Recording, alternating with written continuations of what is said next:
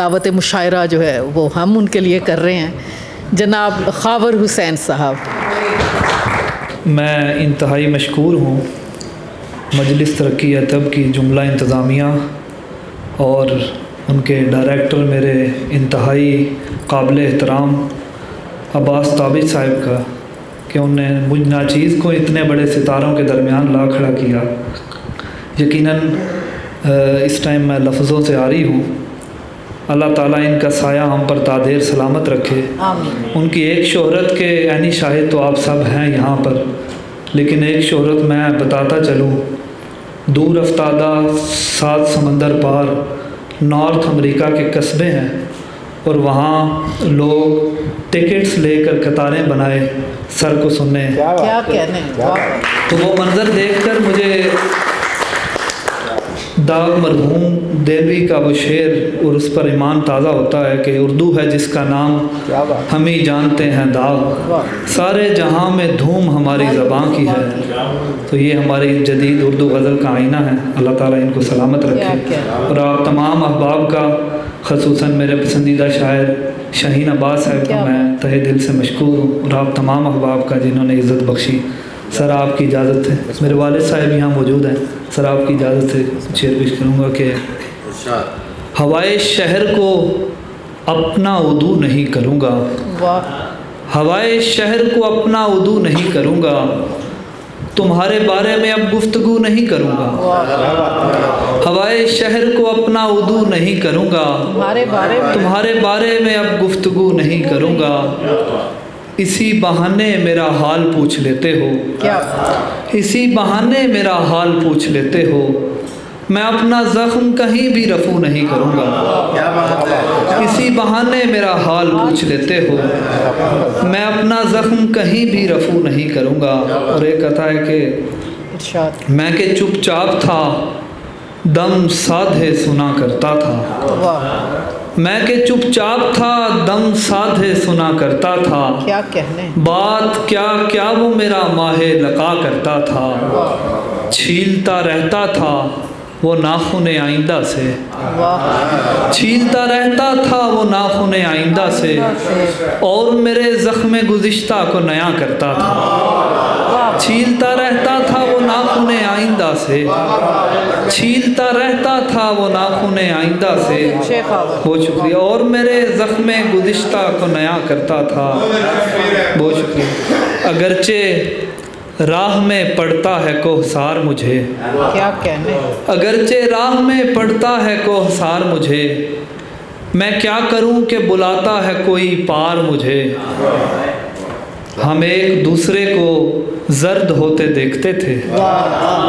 ہم ایک دوسرے کو زرد ہوتے دیکھتے تھے، میں اس کو دیکھتا رہتا تھا اور بہار مجھے، ہم ایک دوسرے کو زرد ہوتے دیکھتے تھے، ہم ایک دوسرے کو زرد ہوتے دیکھتے تھے، میں اس کو دیکھتا رہتا تھا اور بہار مجھے۔ غزل سے چند اشعار ہے کہ ایک بدلی جو میرے دشت پہ چھائی ہوئی ہے، ایک بدلی جو میرے دشت، ایک بدلی جو میرے دشت پہ چھائی ہوئی ہے، اس نے بس پیاس کی شدت ہی بڑھائی ہوئی ہے، اس نے بس پیاس کی شدت ہی بڑھائی ہوئی ہے، ہم سفر تیز نہ چلنا کہ سر راہ وفا، ہم سفر تیز نہ چلنا کہ سر راہ وفا، میں نے احساس کی گٹھڑی بھی اٹھائی ہوئی ہے، ہم سفر تیز نہ چلنا کہ سر راہ وفا، میں نے احساس کی گٹھڑی بھی اٹھائی ہوئی ہے۔ شعر ہے کہ تجھ کو معلوم تو ہوگا میرے سازینہ فروش، تجھ کو معلوم تو ہوگا میرے سازینہ فروش، میں نے دھڑکن بھی تیری دھن پہ بنائی ہوئی ہے، تجھ کو معلوم تو ہوگا میرے سازینہ فروش، تجھ کو معلوم تو ہوگا میرے سازینہ فروش، میں نے دھڑکن بھی تیری دھن پہ بنائی ہوئی ہے، تو نے جو بات چھپا رکھی ہے اب تک ہم سے، تو نے جو بات چھپا رکھی ہے اب تک ہم سے، تیری آنکھوں نے جہاں بھر کو بتائی ہوئی ہے، تیری آنکھوں نے جہاں بھر کو بتائی ہوئی ہے۔ اور آخر میں ایک غزل کہ عشق رستے میں کبھی ایسی گھڑی آتی ہے، عشق رستے میں کبھی ایسی گھڑی آتی ہے اپنے مضبوط ارادوں پہ ہنسی آتی ہے یہ رہے کرب و بلا ہے سو میرے ساتھ یہاں یہ رہے کرب و بلا ہے سو میرے ساتھ یہاں دوست وہ آئے جسے ہم سفری آتی ہے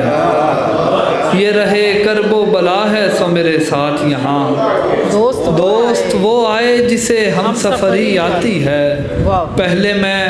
ڈھونڈتا رہتا تھا محبت کا جواز